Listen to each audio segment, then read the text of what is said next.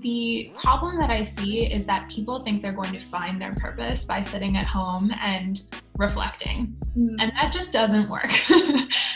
So really what the research has found about finding purpose is that often it's catalyzed by an experience that you've gone through. And very frequently, it's an experience that you didn't want to have as well. Many people find purpose in the challenges that they've been through. And hi, everyone. Welcome to another episode of the Power of Why podcast. My name is Naomi Haile, and today I am joined by the incredible Stephanie Harrison. Steph, how are you doing today? I'm so well. Thank you so much for having me here today. I'm so honored and delighted. I'm excited to have you here. It feels, this is what I said when we first started talking, that it feels like it's been a long time coming, but I think this is the time that we're supposed to be speaking. So thank you for agreeing to share your story with my incredible community. And for some context on Stephanie and her story, what I really love about Stephanie and her work is that she's so focused on delivering incredible content. She is the founder of a company and thriving community called The New Happy, where she helps people to redefine happiness for themselves so that they can flourish and be a really important component of their communities. She is a writer, a traveler, a yogi, and makes learning a priority in her life. Stephanie has a master's degree in the study of positive psychology from UPenn. Whoop, whoop. She's worked for LinkedIn, Thrive Global, and Deloitte early in her career, all leading companies in the spaces of human capital management and learning and development before she left earlier this year in 2020 to pursue the New Happy full-time. So Steph is Canadian, actually from Oakville, which is I was super excited to hear about, and currently she lives in Palo Alto with her partner. So thank you again for being here. Thank you so much for having me. So can you start by providing us a little bit more context on your origin story, like how you grew up, and everything before your career? I'm really curious about that. Yeah, of course. So as you said, I grew up in Oakville, and I am a proud Canadian, though I've lived in the States for the last 10 years. Mm-hmm. And my early life was wonderful. I feel incredibly blessed to have had a very loving family, 2 siblings who I'm very, very close with to this day.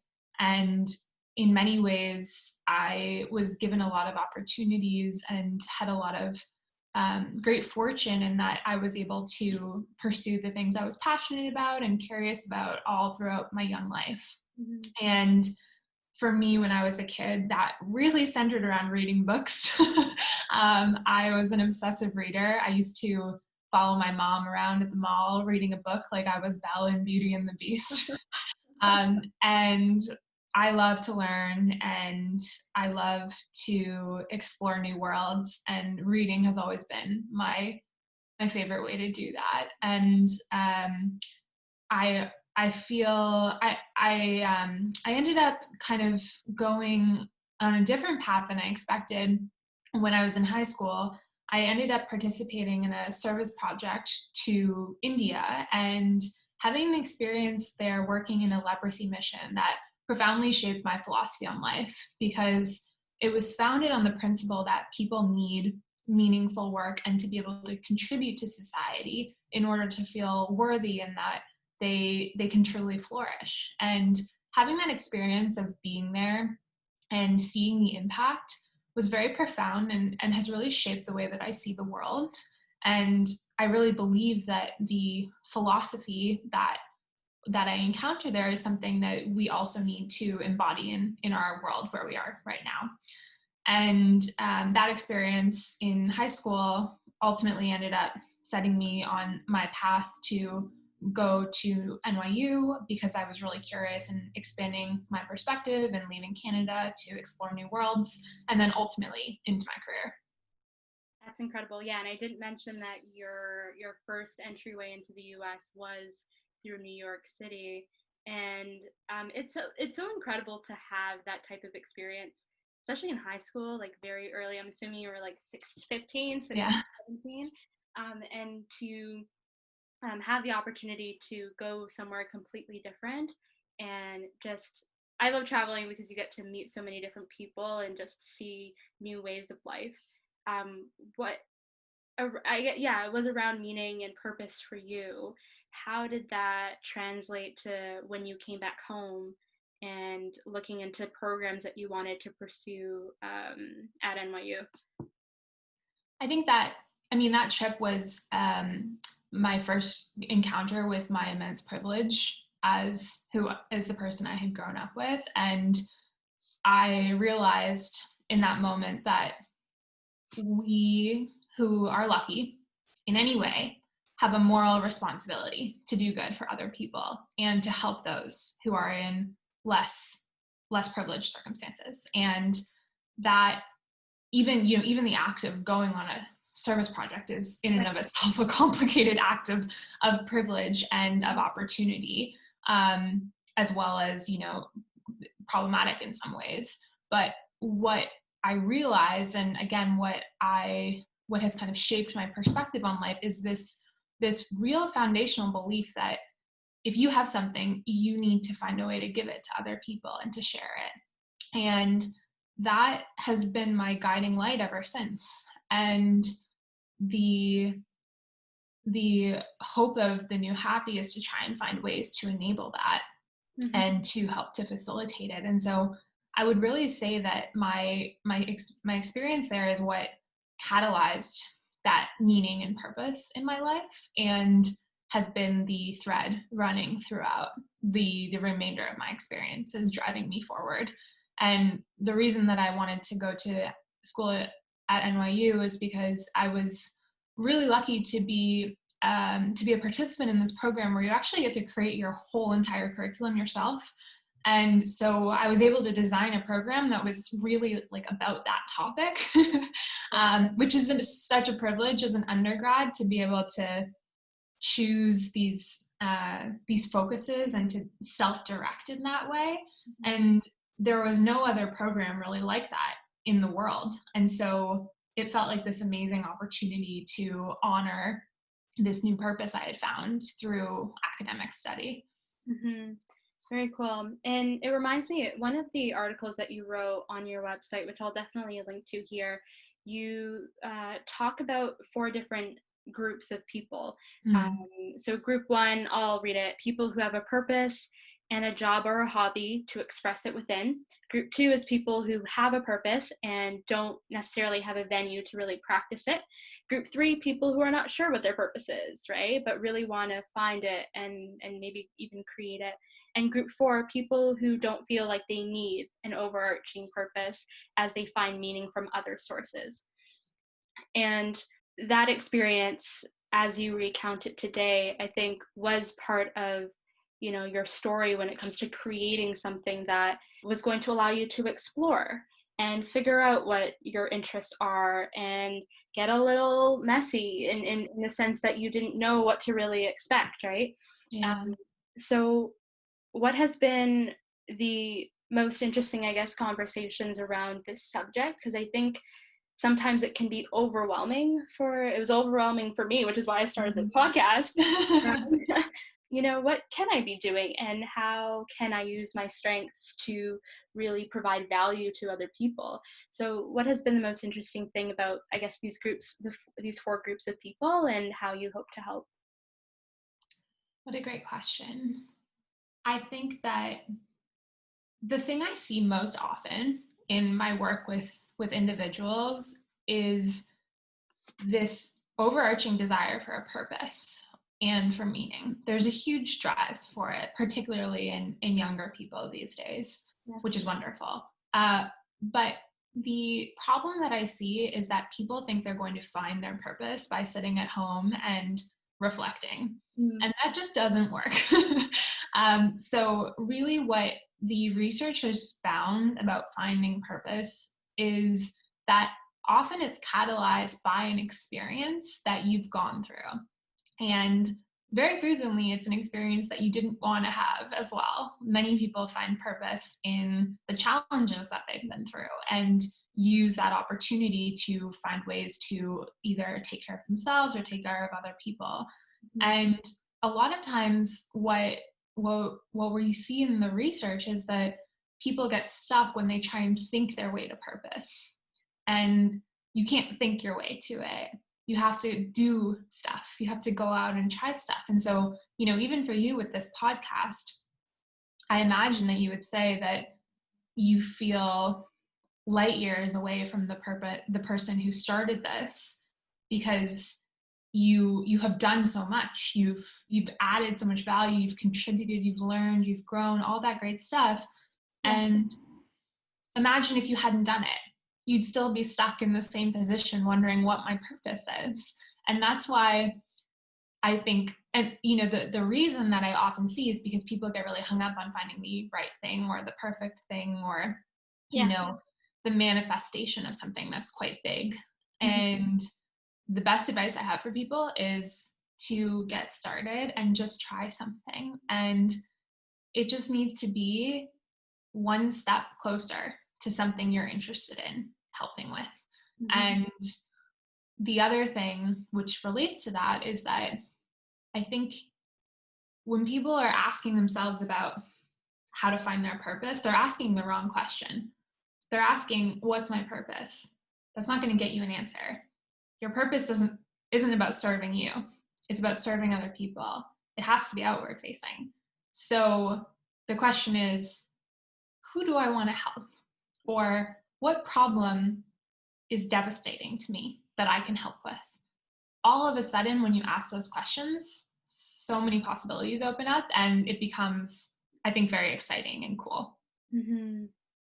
You mentioned that we aren't going to think our way to figuring out what our purpose is, but what role does reflection and being introspective play in this? I don't want to call it a search per se, because I think part of it is being able to cultivate this within your activities or within your being. But what role does reflection play in the purpose game? I like that. Maybe that's what we should call it. It plays a huge part, because meaning is constructed. It's what you decide it is. You are in control of it. And so that's why you can find meaning in anything if you are conscious enough, reflective enough, introspective enough. One of my favorite studies by a professor from Yale, she studied people, and a lot of her work is actually the backbone of the academic study of meaningful work. And she quotes this person who works in a hospital, who's talking about how much they love their job. And she asks, what do you think this person is? Because they're talking about how they're responsible for healing and helping others, and they contribute so much to making people feel better. And everyone guesses it's a doctor, but it's actually a janitor. And the fact is that we can decide what the meaning of our lives is. And that happens through the reflection and the conscious creation of the narrative. And the beauty of that is that if you don't like what your life's meaning is, then you can reconstruct it, you can rewrite your story. And that is this very beautiful gift that we have as humans.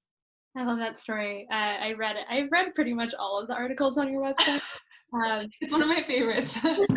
That was a beautiful excerpt, and it was a lot, like, it was very intricate in describing, and when you come to the end of it, you're like, yeah, I wonder, a doctor or a nurse maybe, and it was the janitor, and I'm like, really, we do so much of this is up here, so much of living, I think, is up here, and your ability to construct meaning and redefine experiences that may have been painful, but looking back in hindsight, you realize, whoa, like, that was the thing that led me to this, that led me to that.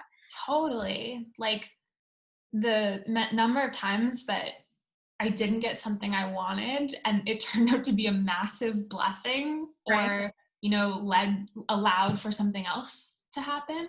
It's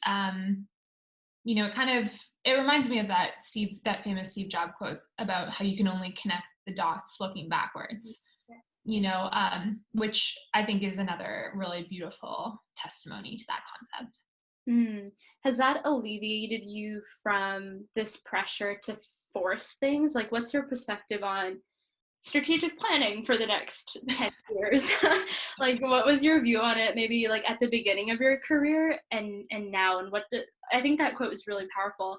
But has it alleviated any pressure from you? So I would say that the first few years of my career, I was very hardcore about that kind of stuff. Plans?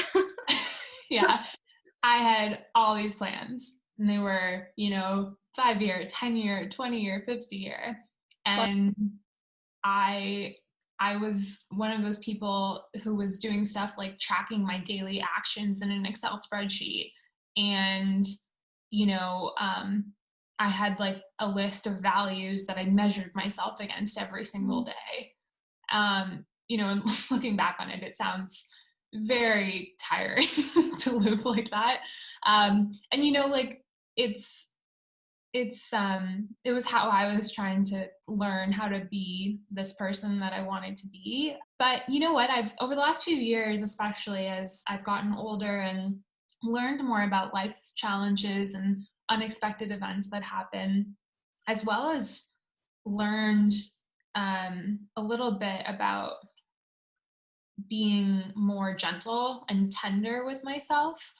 I feel as though if that's great, if that's good for you, if that's fulfilling and makes you feel happy and satisfied, then I say go for it. My experience now is that the the idea that we have control over our lives in that way, especially when you look out long term, is not it's not correct. It's important for you to feel like you have control and to exercise it in some way. But I also have learned the value of serendipity and flexibility and spontaneity. And so, like everything, I sort of think of them as the needing to hold the space for both of those in the paradoxical way. So how do you hold your goals in one hand and your flexibility and your kindness and compassion for yourself in another, and then lean on the one that you need in that moment? Mhm. Like, how do you, and that's a daily thing Totally. for me, and I'm sure for many other people. Like, should I be kind to myself today, and like kind of relax and take it easy, or should I really like push hard and achieve this goal and activate that energy? I think we're all very hard on ourselves, and if we were kinder to ourselves, things would be easier for us. And so I personally, as the product of Western culture that leans more on that hard to yourself side, have needed to learn more of the self-compassion side of things and the spontaneity and the flexibility of it all. Mm-hmm. And we're recording this conversation in August, so we're mid-August 2020, and we're like self-isolating, and our world's a lot different than it was even 7, 8 months ago. And so I think holding um, both ideas at the same time, that mystery and things that you Mm, can't really describe, but also keeping your goals at the forefront and like working towards something is, like, from my perspective, and I completely agree with you, Stephanie, is absolutely necessary to keeping yourself sane. Otherwise everything just becomes out of your hands, you know what I yeah, mean? And I think it's the quickest way to burn out. yeah. And just being gentle with yourself is something that I know I've been exploring more during this time, and creating space for that to actually exist. Mm, Um, you also wrote another article called "Why Follow Your Passion Is Terrible Advice," and it kind of reminds me of I know you know Liz Gilbert, Liz yeah. Gilbert, author of the Big Magic. And can you talk about how we got here as a society? And I'm specifically talking about the West, how we arrived at talking about passion as a way to find what we're meant to do in this lifetime, as opposed to just following your curiosity. Yeah, which as I mentioned in that article, I love Liz's philosophy on following your curiosity, and really shaped what I mentioned earlier about finding purpose as well. Like it's the doing. So I think the whole like follow your passion thing it's very intense. Like it kind of goes back again to what we were just saying about this whole harsh, like, I call it the hammer your life into shape with as hard as you can philosophy, where, and a lot of people are really into that right now. And I just am very, I'm not. And so I think it's the whole idea of following your passion. And then we've told all these people that they have a passion to follow. Like, Yeah. we've told them that that's something that is inside of them, and that if they don't find it, there's something wrong with them. Or if they don't have one, there's something wrong with them. And most people don't have a passion. As I mentioned in the article, the research has found that most people don't have a passion that they can pursue as a career. And furthermore, even if you have a passion that you pursue as a career, it doesn't correlate at all to what makes you happy in a career, which is a completely different set of characteristics. Yeah. So you could be living your dream job and your dream life and actually be incredibly dissatisfied and unhappy if you don't have these other conditions that are met. Totally. And I think that, again, the pressure we put on people to say, okay, this is my passion and this is the only thing that I can do, sets you up for massive disappointment. And it also eliminates the opportunity for that flexibility and spontaneity that I was talking about. It takes away the fact that, what if you get sent to a job, you take the only job you can get, or the only job that's available, you go there, you think you're going to hate it, but you suddenly discover that you have this amazing talent for sales. And suddenly you get sent on this path that you never would have gone down if you had just said, but my passion is animals. I have to work with animals. Right. Like, whatever. Again, it's just, I think we're teaching kids and young people the wrong thing. I really think that we should help people to figure out what they're good at, and then use those strengths in different ways and different venues in order to then build the things that lead to a great and fulfilling career. So that's what I would counsel everyone. Mm-hmm. And I think there were 3 characteristics that were mentioned. One of them is competence. So it's actually, maybe not starting off as good at something, but over time and hard work and diligence and research, that you're able to gain a competency in a particular skill. And they say that is something that leads to you being like fulfilled in your career and in your life. Exactly. Yeah. And then the other 2 characteristics are relatedness. So having great relationships, which is so important. Yeah. I worked at LinkedIn, as I mentioned, and one of LinkedIn's core cultural values is relationships matter. And the culture of the company is so incredible because it's founded on the idea that you should invest in your relationships, and that investing in your relationships is actually a really good use of your workday. And so that kind of culture makes it makes it such a special place to work, and makes people feel very passionate about working at LinkedIn. And that shows how we have the relationship the wrong way around. It's not that you are seeking out the thing that you're passionate about. It's about the fact that if you seek out the characteristics, they actually then lead you to feel passionate about what you're doing, versus the other way around. And then the third characteristic is autonomy, which is something that you gain as you progress in your career. And again, really important, related to competence. The more competence you have, the more autonomy you're going to get in your job. And I think it totally depends on what company you're working for. And you mentioned building relationships is a crucial part of LinkedIn. I mean, that's what you guys do. Like, that's the service Exactly. that you provide to the world. And I think it totally aligns, and it makes sense, right? So I mentioned in your bio when I was introducing you that you recently, earlier this year, moved on and started working on the New Happy full time. Can you talk a little bit about your decision making process and yeah, how it's felt these past couple months to be solely focused on this? Yeah, of course. Well, a couple of things. I started the New Happy a few years ago just as a newsletter, and really it was a little project that I started for myself because I had experienced a major challenge in my life, which was that my partner had suddenly become very, very ill out of nowhere and had begun deteriorating health wise. Mm. And I was working at LinkedIn at the time, and then my days and nights were slowly becoming consumed with trying to figure out what was wrong with him because it took us a year and a half to find a diagnosis. And I felt that I just really needed something for myself and something to a little bit of space for myself that wasn't devoted to him or to LinkedIn. And so I started writing this newsletter, which came out of the thesis I wrote in my graduate work at Penn, where I kind of analyzed all this stuff about happiness and then proposed a new framework, which led to the company being called the New Happy. And it was just a newsletter for a long time.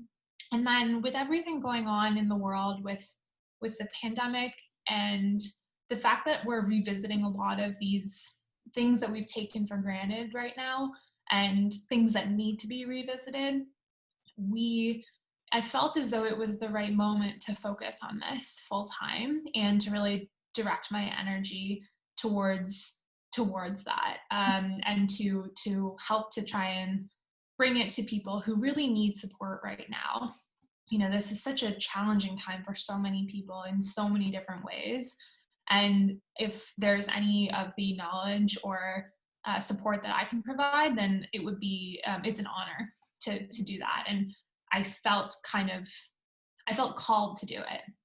I felt it wasn't even really a choice. It was a calling that I felt like I had to answer because it goes back to that thing about purpose. If I have all this knowledge about well-being and there's so many people who are suffering right now, it's my moral responsibility to do something about it. And I also knew that there were many other people who wanted to help and to do the same, and bringing them together in community is so important to me, and using the power of our community to give back and to help is what I'm hoping to do moving forward. Hmm. That's incredible. And at the beginning of this too, I did notice a lot of your posts for folks who aren't connected with Stephanie on LinkedIn, offering your services when it comes to looking over resumes and cover letters and all of this to figure out ways if, you were laid off or you lost your job, what are some ways that you can reposition yourself to get back into the market. So that was something early on that I noticed that I just want to say thank you for doing, Oh, for leaning into. if there's anyone out there who's been laid off, you can email me and I will happily help you with your resume or LinkedIn or Mock interview. coaching, whatever it is you need. So just email me. It's stephanie@thenewhappy.com. I'd be happy to help. Love it. Stephanie, when you were growing early on, growing the New Happy, I know you mentioned that it was a newsletter. What would you say the strengths that you had, really understanding what you were good at, besides doing the research? Because, your whole career and even your thesis in university was about this subject. But what are some of the other strengths that you found were really helpful in developing this community, developing this newsletter early on? What a great question. I mean, I did a lot of things wrong. That's the immediate thing that comes to mind is the things I wish I had done differently. I I think that my strengths would be I really like to make friends with people. Mm-hmm. I really like to connect with people and to hear their stories and to help in just by like listening and being there.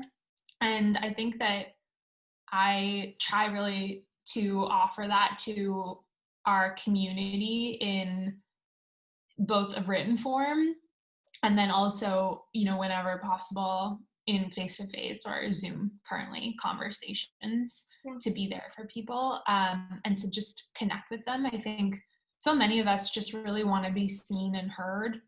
And I try to honor that in the content that I produce, whether it's, thinking of someone in my, often when I'm writing something, I'll be thinking about somebody in my life who's going through that challenge and then write as though I'm writing to them. It helps me to feel really connected. And um, that's been something I've been trying to lean on as a strength. And I also think that I I strive, and I'm sure I'm not always great at this, but I strive to be really empathetic to people's suffering and challenges. I think the challenges that I've gone through over the last few years with Alex's illness have been very, very profound and have really helped me to understand more about suffering and pain in my own life and how to hopefully be there for people in ways that are actually helpful, because I think all of us can probably relate to times when we really needed some help and the people who showed up for us didn't show up the way we needed them to because they didn't know how. And so something that I've been working on with that personal knowledge is trying to figure out how to extend it to the way that I show up for other people as well. So yeah, I guess it's just I'm trying to bring my heart out, like to do that, because that inspires other people to do the same, and I think we need more of that. Mm-hmm. I think that's interesting. So Stephanie's content is long form content, like her articles that she writes and sends out every Sunday. And I think that's why it's so easy to read and go through. It's very understandable. I feel like I can relate to you and what you're trying to really share. And maybe it's because you have somebody in mind that you're really speaking to and are trying to tailor.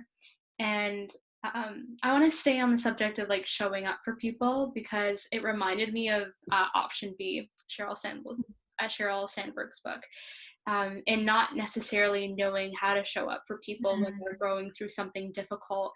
And if anything, you like try to run away from it or shy away from even bringing it up at all. Yeah, okay, so during this time, what are like practical ways? And I know it's going to be different when you're interacting with different people, but what are some really practical ways of showing up for people that is helpful? As you said, obviously it's different in different situations, but there's one principle that I think is the most important thing we keep in mind no matter what, and that is that if somebody you love is in pain, then the only thing you need to do is acknowledge the pain. People make mistakes when they think that they need to fix it or that they need to help you problem solve it or that they need to help it go away or whatever it is. Nobody wants that. Nobody thinks that, you know, your friend can just magically teleport into your life and fix this big problem that's really painful and horrible for you, or a loss, or something that's happened to you. It's not possible. And what happens is that people trying to be there, they really want to be there. So I really believe that they have the positive intent to support you and help you. People who love you would do anything to make sure that you're not in pain any longer. But they get kind of caught in their egos trying to fix it. Yeah. And the main thing that I've learned is that people just want their pain to be acknowledged. They just want somebody to see it and to look at the life that they have now, where there's some gaping crater that didn't exist before this. Mm-hmm. And they want people to say, look at that crater. God, that's horrible. Like, you know, I don't know how you're dealing with this, but like, I'm here for you and we're going to deal with it together. They don't want people to walk around the crater and, you Right. know, Maybe look when they're not, yeah. you know, they don't want people to just pop in and be like, so are you up for a coffee or a drink right now, without acknowledging the fact that there's this massive hole in their lives. And so and when you come from that place of being willing to see people's pain, Yeah. and to look at it, it makes people feel like their pain is real and valid. Yeah. And so many people in their discomfort, as you said, because we're not comfortable with people's pain, you know, we treat it like it's embarrassing or something, even though it's the only thing we all experience. Like, the only guarantee in life is that we're all going to be in pain in some way or another at some point in time. So, but we kind of like don't want to look at it. We avoid the crater, and it's like uncomfortable and yuck, like all that kind of stuff. And that makes people feel so small and so lonely. And just as a personal example, I had a friend who I felt very disappointed with because they didn't show up for me during this time in my life. And they said to me, I didn't know how to, you know, I didn't want to bring it up because I didn't want to make you upset. Mm. And I said, how you bringing it up is not a thing. Like, it's here all the time. I'm thinking about it 24/7, or feeling it, or, you know, the crater's in my front yard. I can't not see it. Right. You're not going to tell me something new by asking about it. And so if you're trying to be there for somebody you love, then honestly, just remembering to acknowledge their pain and to continue to be willing to see it as it evolves and as time goes by, not forgetting about it, is life-changing as a practice. And I try really hard to embody it. Sometimes I find it very hard too, because again, it's hard to be in pain with other people, but it's so important. I never thought about it in the sense that not acknowledging it may actually make the person feel small and unseen and just like they want to disappear. And I think that crater analogy that you brought up is fascinating, because we can't afford to tiptoe around the crater. We can't afford to pretend it's not there when it's like probably the biggest thing in this person's life. You know, whether it's losing someone or you know, someone's going through just any kind of suffering in their life. So I think those are all really great points. I'd like to, because you briefly mentioned your, you know, your love for like planning and stuff early on in your career. So can you share because my audience is between the ages of like 19, 20 to 27, 28. So around like such an amazing period of life. I think it's very interesting. I think when you, I've watched interviews. One in particular was between J-Lo and Oprah, and they talked about how the 40s and the 50s are where it's at. Like, this is the period when you are unapologetically you and really stepping into your power. And I think that, you know, this period is just ripe with exploration and like trying to figure it out, and maybe a little bit of angst and like feeling pressure. So what would you say that would have been helpful for you, you know, when you were first starting out your career? In any domain in particular, in work specifically, or in life, or both? Let's do both. So some of the best advice about finding your first job that I got from my dad, which is very practical, we can start there, is find the job that's going to teach you the most. And it goes back to what we spoke about with respect to competency. So building skills is so important, because the more skills you have, the more that you can demand from the people around you, from your company, from your environment. So my dad gave me that advice, and that's what led me to take the job at Deloitte, because in consulting, you're given an extensive amount of training and support to help you to learn and to grow. And what I would really recommend to everyone who's thinking about what to do for their first job is not to get too hung up on finding something perfect, but to find something where you're going to learn as much as possible and that's really supportive of your learning. That is going to lead to so many benefits in the future, because it sets you up for continued growth and learning over time. It's an exponential effect.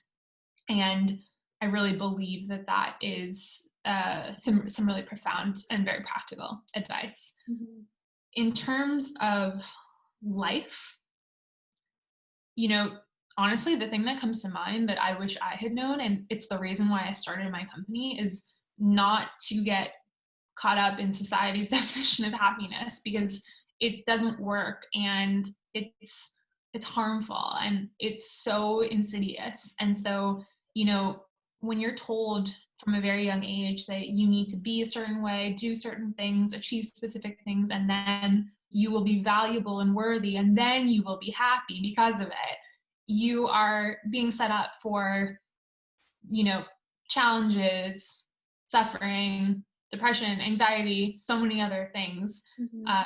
I wish that I had known that it doesn't work, because I thought it did, and it took me too long to realize. And I wish that someone had told me when I was younger that the way to find lasting happiness and meaning is to figure out how you want to give to the world in some way, you know. And I think that from my understanding and my experiences with you know, the next generation as a millennial, millennials as well, obviously, but you know, just the last two generations are so purpose driven, so intent on meaning and giving back. I think that this will be less of a problem, but that is really, really hard to fight when society embeds it in every part of our interactions and in every fabric that we're a part of. And so that would be a piece of the life advice that I would share. Those would be the two big things that come to mind. I'm sure there's lots more though. I love it. And if you want to definitely learn about the incredible topics that Stephanie talks about that we touched upon today, make sure to check out the New Happy. She sends out a weekly newsletter on Sundays, which I look forward to every single week. Thank you. And, I just want to really thank you for being here and just sharing what you've been working on. And something that it's the last question that I ask on the Power of Why, which is, what's your why? But I've been, especially after thinking about how problematic that question might be over these past couple of weeks, like it's just been ruminating in my head. I've started to ask, like, what are you curious by, and what are things that you're sort of following in that respect, and what's been piquing your interest? Interesting. I just think it's a limited way of looking at the world. That there is, as if there is this one thing that you need to be working on, and you need to figure out what it is. I honestly, I look down and I just see going in circles and unnecessarily, and not being happy. So yeah, what have you been curious by these days? Oh, well, I really admire that self-awareness that you're like, and that questioning and willingness to change. That's really beautiful. I'm really curious about a lot of things.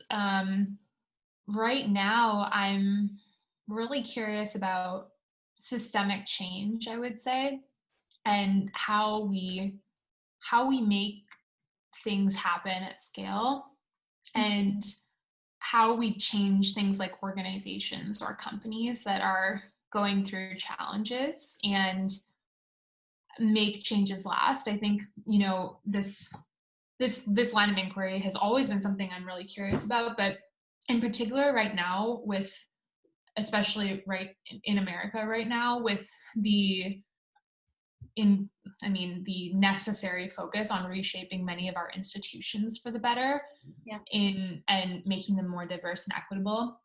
I think that, like many, I've seen the statements from companies about diversity and inclusion, and I don't and I want to know what's going to happen to Right. back that up, and how that change is going to be made. And there's a number of really amazing people on the ground who are doing that work. And I'm wondering about how we do that at scale, Right. how we reshape institutions for the better to serve everyone, not just a specific type of person.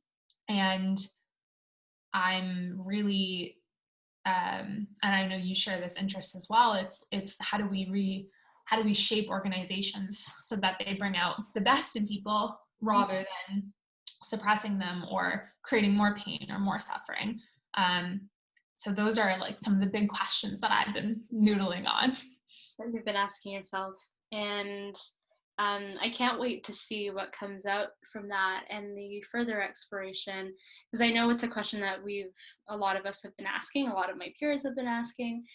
Yeah, I know you're going to keep doing the hard work, like as you have been doing these past couple of years. So. Oh, thank you. Well, maybe there's something about bringing people, maybe one of the solutions is bringing people together to kind of organically brainstorm what some of those solutions could be. I really believe that if we bring people together, we can solve major challenges. So I'm glad to hear, and I know that you're going to do an amazing part in that too.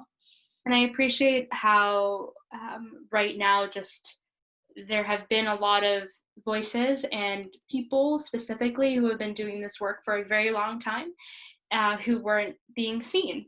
And I think everything around the Black Lives Matter movement and just the unrest, people have, there's definitely a limelight now, and people Yeah. saying, oh my goodness, how could I not know about Thank these God, people? right. Like they've been here the whole time, right? So I am hopeful, and I see that these people who have been doing the work just need to be amplified and supported and invested in, all of those good things. So I totally agree. And like, where that actually leads into something else that I've been thinking a lot about, which is how to amplify those people, but also people who deserve those platforms as well. mm-hmm. So how do you, as a privileged white woman, how do I create ways to elevate people who deserve opportunities that I have been given for no reason, and offer those up? And what's my role in dismantling these institutions? Mm-hmm. And how do I address the challenges in my own experience and those biases? And I think that those are the questions that all of us who have any form of privilege, especially white privilege, need to answer. Mm-hmm. I think a lot of the big issues that we see societally, whether it's in relation to the environment, I think they all come down to individual habit change and just being aware of what place we have in society and how these institutions are benefiting us in ways that we probably didn't even know about. I couldn't agree more. Thank you, Stephanie. Thanks so much again for being here. What is the best place for people to connect with you?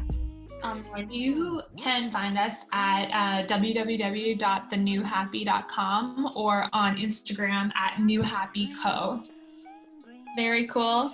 And thank you everyone for listening to Steph's story, and I hope that you can get a chance to connect with her and the incredible work that she's doing. Thanks for listening to another episode of The Power of Why. Thank you so much for listening to this week's episode. You can find the show notes at naomihaile.com.